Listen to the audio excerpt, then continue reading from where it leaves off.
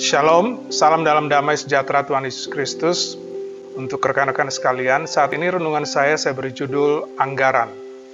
Lukas 14 ayat 28 sampai dengan 30 berbunyi, sebab siapakah di antara kamu yang kalau mau mendirikan sebuah menara, tidak duduk dahulu membuat anggaran biayanya, kalau cukup uangnya untuk menyelesaikan pekerjaan itu. Supaya jikalau ia sudah meletakkan dasarnya dan tidak dapat menyelesaikannya, jangan-jangan semua orang yang melihatnya mengejek dia, sambil berkata, orang itu mulai mendirikan tetapi ia tidak sanggup menyelesaikannya. Saya membagi renungan ini dalam beberapa bagian. Yang pertama, proyek. Ada suatu program yang harus dilakukan, dan dalam pembacaan kita, proyek atau program yang ada adalah dengan kata-kata ini. Sebab siapakah di antara kamu yang kalau mau mendirikan sebuah menara. Jadi untuk mendirikan sebuah pekerjaan ataupun dalam hal ini menara, ada anggaran yang harus dibuat. Demikian juga saat kita membangun rumah tangga, ataupun membangun pelayanan dalam gereja ataupun persekutuan, juga dalam usaha. Pentingnya anggaran untuk mengetahui apakah ada dana yang cukup agar kebutuhan-kebutuhan rumah tangga, pelayanan maupun usaha dapat tercukupi. Kemudian bagian yang penting, yang nomor 2 adalah perencanaan. Kalau kita lihat ayat yang ada, sebab siapakah, ayat 28, sebab siapakah di antara kamu yang kalau mau mendirikan sebuah menara, tidak duduk dahulu membuat anggaran biayanya, kalau cukup uangnya untuk menyelesaikan pekerjaan itu. Berarti ada perencanaan. Di dalam anggaran yang baik, kita akan mengetahui pemasukan kita berapa, atau pemasukan yang kita inginkan berapa, dan yang kedua, pengeluaran berapa untuk kebutuhan suatu proyek, untuk kebutuhan pelayanan atau rumah tangga. Kita akan mempunyai biaya, dan biaya itu harus ditutup oleh pemasukan, sehingga itu akan menjadi anggaran yang baik. Kemudian yang ketiga, prinsip-prinsip. Ada prinsip-prinsip penting dalam menyiapkan anggaran sesuai apa yang diajarkan oleh firman Tuhan. Yang pertama, antisipasi. Amsal 6 ayat 8 mengatakan, ia menyediakan rotinya di musim panas dan mengumpulkan makanannya pada waktu panen. Ini menunjukkan roti yang dimakan di musim dingin dipersiapkan di musim panas. Jadi ada antisipasi, ada prediksi bahwa ada masa-masa di mana mungkin adalah masa-masa yang penuh dengan kesusahan.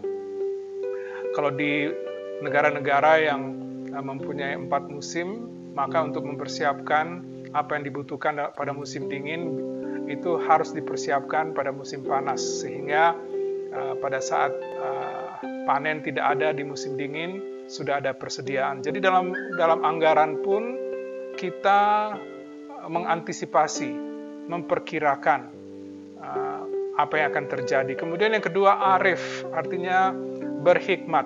Amsal 21 ayat 20 mengatakan, harta yang indah dan minyak ada di kediaman orang bijak, tetapi orang yang bebal memboroskannya. Berarti orang bebal atau tidak berhikmat selalu memboros. Hikmat atau arif berarti tidak boros, yaitu membelanjakan uang sesuai dengan kemampuan dan pendapatan yang ada. Sebagai catatan, bila pengeluaran lebih besar daripada pemasukan, berarti kita bukanlah pengatur atau mengatur uang dengan berhikmat.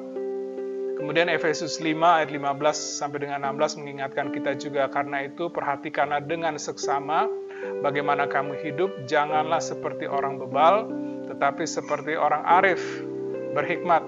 Ayat 16, dan pergunakanlah waktu, dan kita dapat ganti juga, dan pergunakanlah uang, kekayaan yang ada dengan bijaksana, karena hari-hari ini adalah jahat. Kemudian bagian yang ketiga, awas atau teliti, cermat, berjaga-jaga. Amsal 22 ayat 3 mengingatkan, kalau orang bijak melihat malapetaka, bersembunyilah ia. Tetapi orang yang tak berpengalaman berjalan terus, lalu kena celaka. Demikian juga dalam membuat anggaran. Kita harus mempunyai hati yang bijak, teliti dalam merencanakan dan juga teliti dalam melakukan apa yang direncanakan. Kemudian yang berikutnya, apresiasi. Amsal 27, 23-26 mengatakan, kenalah baik-baik keadaan kambing dombamu, perhatikanlah kawanan hewanmu, karena harta benda tidaklah abadi. Apakah mahkota tetap turun-temurun? Kalau rumput menghilang dan tunas muda nampak, dan rumput gunung dikumpulkan, maka engkau mempunyai domba-domba muda untuk pakaianmu, dan kambing-kambing jantan untuk membeli ladang.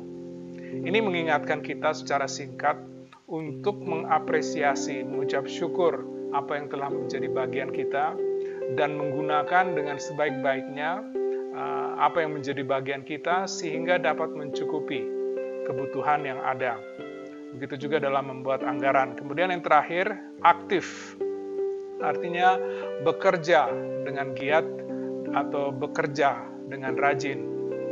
Amsal 6 ayat 6 sampai dengan 8, hai pemalas, pergilah kepada semut, perhatikanlah lakunya dan jadilah bijak, biarpun tidak ada pemimpinnya, pengaturnya atau penguasanya.